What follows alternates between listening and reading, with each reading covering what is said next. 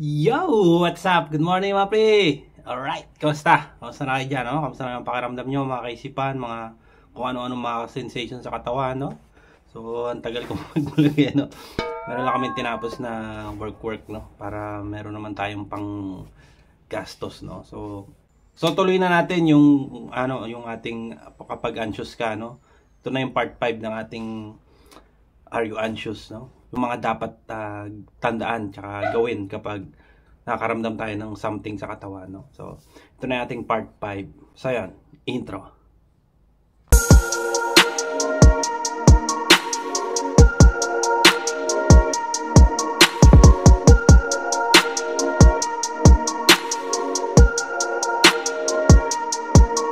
So, yun na nga, no, mga pre, no? Parang series na itong ginagawa ko, no? Parang kabaka-kabanata, no? So, yan. Ang title natin is Kayang-Kaya Ko, no? Diba? Parang, parang ang dali-dali gawin, no? Pero sa totoo lang, napakadali lang yan, kapatid, no? Sa una lang talaga, napakahirap kasi, syempre, bewildered ka pa, Kumbaga, nalilito ka pa sa mga bagay-bagay, hindi mo pa naintindihan kung ano nangyayari. Ano ba tong anxiety? Bakit may mga ganito? Tapos, lalabas na yung mga nagpa-check up naman ako, okay naman. Tapos nagpa-psychiatrist ako, binigyan ako ng gamot. Tapos ganun-ganun lang din naman ng paulit-ulit na nararamdaman mo, no? Yung iba nga nagiging dependent na sa gamot, no? Pero kahit sa libro ni Claire Wicks, meron talagang gamot. Nagagamot talaga yung mga sobrang lalakas pa naman sa anxiety nila. Pero kung ikaw, matagal ka na nakikinig sa akin or nanonood, no? Minsan nga iba yan, hindi na download daw nila yung sinisave daw nila yung video ko tapos ginagawang pampatulog, no? So hindi rin yun kasi 'di ba? Paano kung nawala yung cellphone mo, paano ka na matutulog, 'di ba? Nalimutan mo, 'di ba? Paano, 'di ba? Ang kailangan diyan is dapat ma-store sa isip natin yun, dapat lagi nandiyan kasama natin, no? Yung mga natutunan natin i-apply natin sa buhay, no? So simulan natin yung ating vlog, no? Kapag umaatake na naman yung anxiety mo or mga nararamdaman mo, may nararamdaman ka naman kakaiba sa katawan mo, no? So, bigla na lang nawawala yung mga naiisip mong yung mga natutunan mo, no? Parang tinatalo ka, no? Sarili mong isip, no? Dahil sa dami mo ng natutunan, dami mo nang na-apply, no? Kaso pagdating sa pag ikaw na lang mag-isa or nakakaramdam ka is natatalo ka, parang ano na naman to, di ba? Tapos matatakot ka na naman, no? Parang nababaliwala lahat ng mga pagtatambay mo sa akin, no? Yung pakikinig mo, panonood, mga natututunan mo sa lahat ng mga napapanood mo, mga nababasa mo libro, biglang nawawala, no? So yun na nga yung sinasabi natin na yung sa vlog ko dati, yung consistency, di ba? Kailangan natin ng tuloy-tuloy, no? Para if ever makaramdam ka, is alam mo na kung paano, di ba? Actually, hindi naman no? Wala ka naman talagang gagawin, no? Kasi once na may ginawa ka or meron kang response dun sa nararamdaman mo, is alam mo na mangyayari, di ba? Sa mga bago pa sa pakikinig sa akin, no? Pag sa anxiety, no? Panoorin nyo lang yung mga luma kong vlog. Is yan, alam ko makakatulong yan.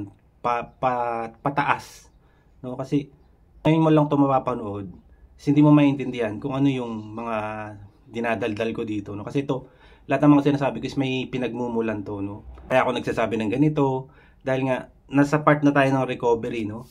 Yung mga dati pa na about sa simptomas, mga ano-anong mga pinagmulan, di ba? Na-vlog ko na yan, kapatid, no? Kasi kung uulit-ulitin natin yan, sayang yung vlog, di ba? Sayang yung time para maipaliwanag ko yan. Gaya ng mga nagtatanong sa akin, no? Sabi ko, may mga napanood ka na ba na vlog ko? May mga naintindihan ka na ba daw? Sabi nila, opo, marami na po ako. Halos lahat napanood ko na.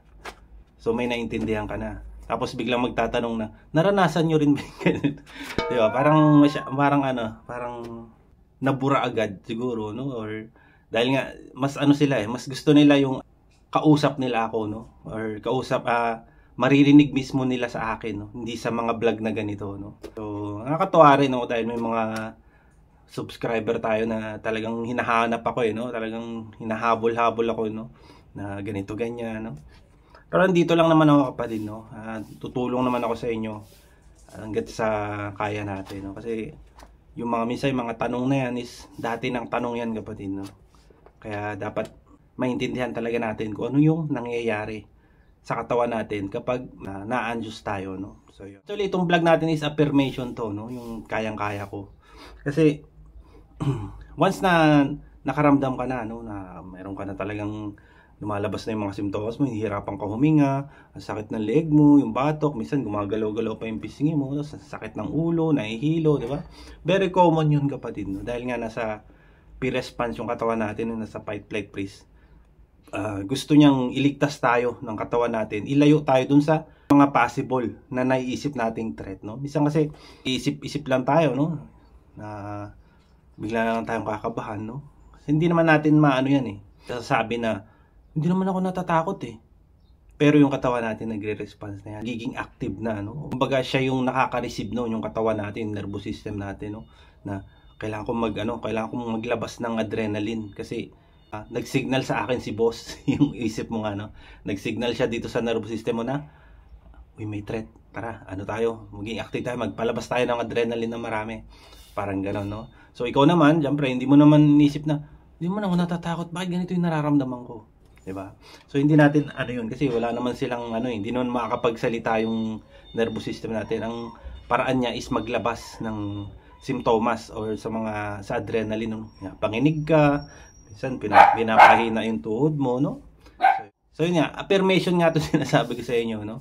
So lagi nyo lang isaisip, no, na sa dami nyo nang naramdaman, gaya ko din dati, no, sa dami ko naramdaman na simptomas, na kala ko yun na, kala ko ito na, last na to, di ba? Bigla na lampasan ko na wala naman siya, no? Hanggang sa ngayon, no, yung mga dati kong mga simptomas na wala naman na eh, hindi ko na nararamdaman eh.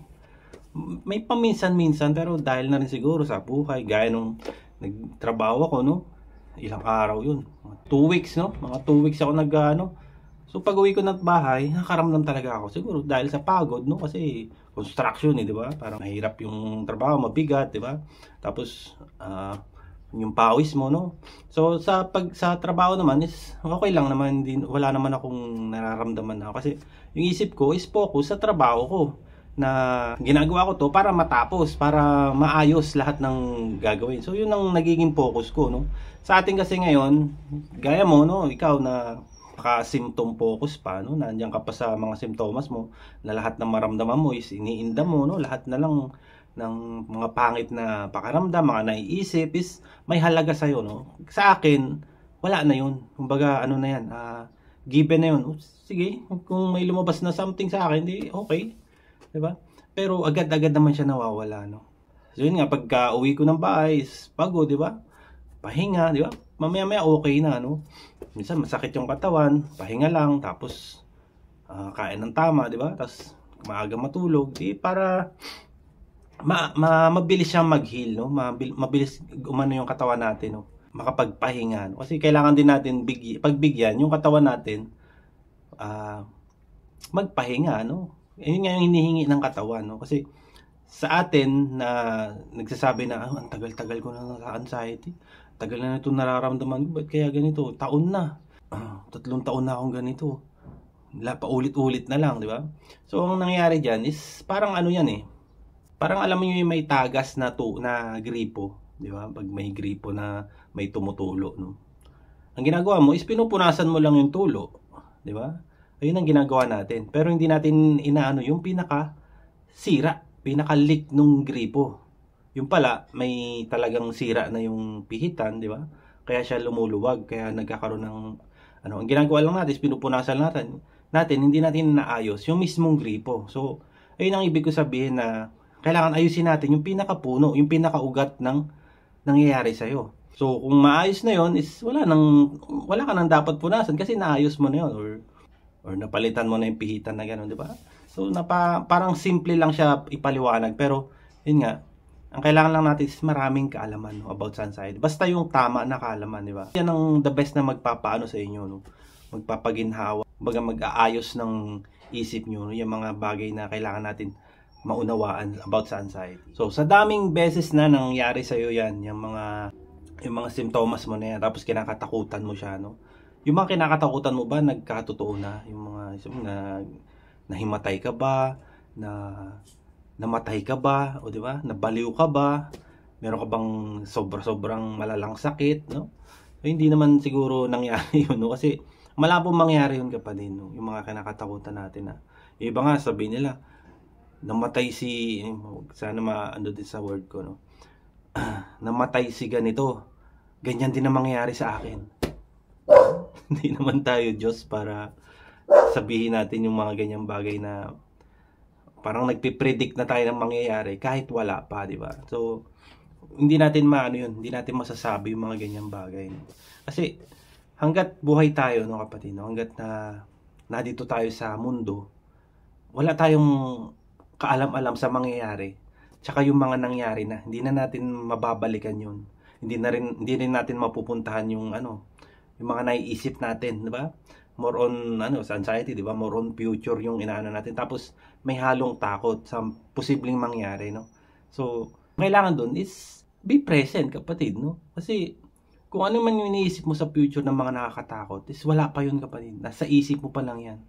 Marami pang mangyayari. Isipin nyo, sa pagpalagay natin 1 minuto, ang dami nangyayari sa 1 minuto, di ba? So, hindi natin kailangan hulaan or katakutan yung future, no? Kasi sa anxiety, yan nga yung ginagawa sa'yo ng So, sa recovery, hindi natin kailangan alamin o ano yung future na yan, no? Kasi wala tayong alam dyan. Baga, naiisip lang natin siya, no? Hindi eksakto talaga na ganun ang mangyayari, no?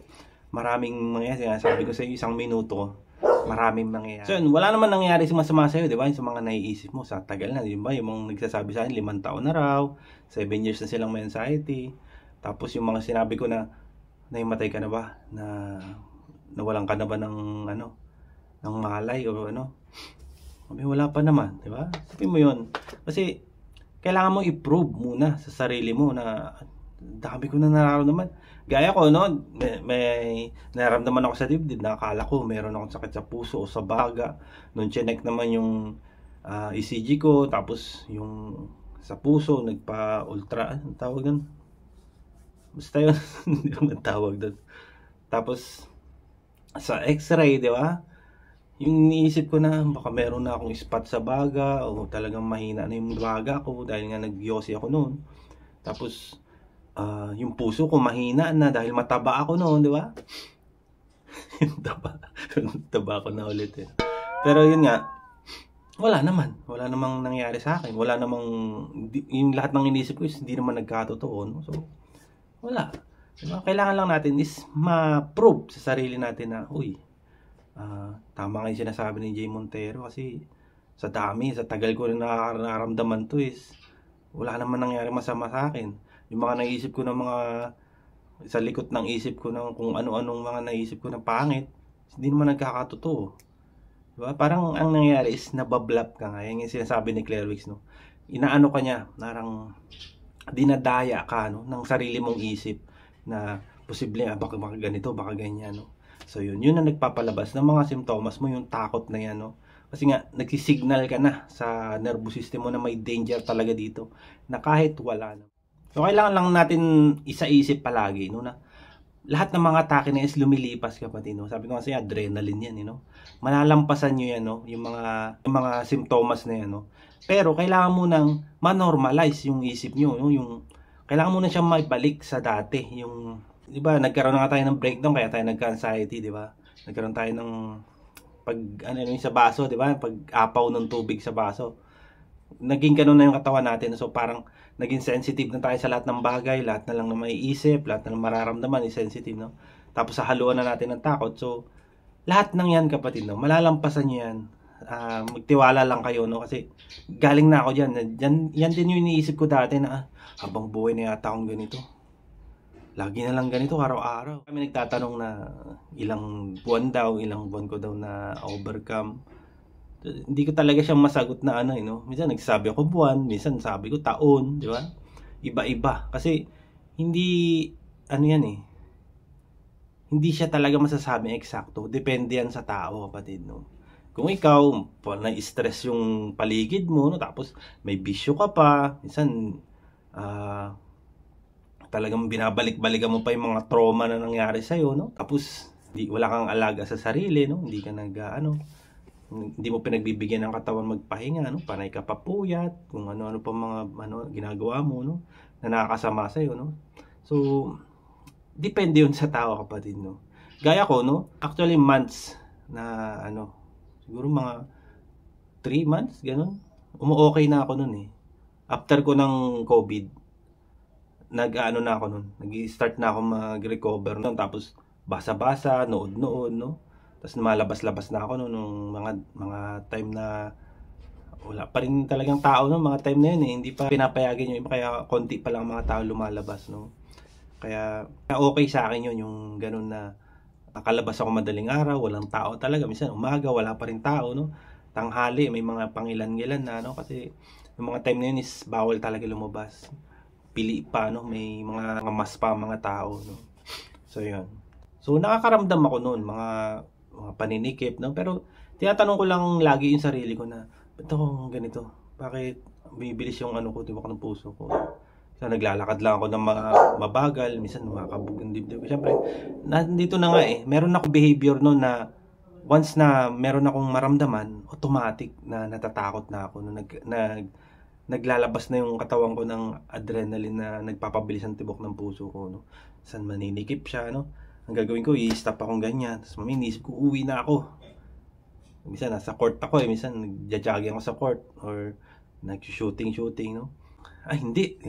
Baga, nanaig sa akin yung yung mga natutunan ko na, hindi pwede. Hindi ako pwede umuwi. Diretso. Yun. Hanggang sa nalalampas ako hanggang sinanay ko na yung sarili ko na gano'n. Na once na makaramdam ako, hindi ako uuwi. Hindi ako pwedeng magpatalo, no? Yun nga yung sinasabi ko sa inyo na kayang-kaya nyo yan, no?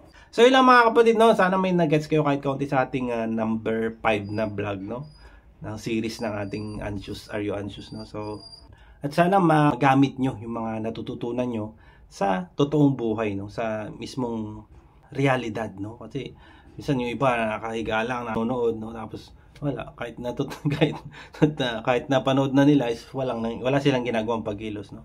So walang mangyayari, kapatid, na recovery kapag nandyan ka pa rin, wala kang ginagawang pagbabago sa sarili mo, sa mga routine mo sa buhay, no? Kailangan alisin mo talaga yon, yung mga bad habits, di ba? Mga routine, mga pagkain, no? Di ba?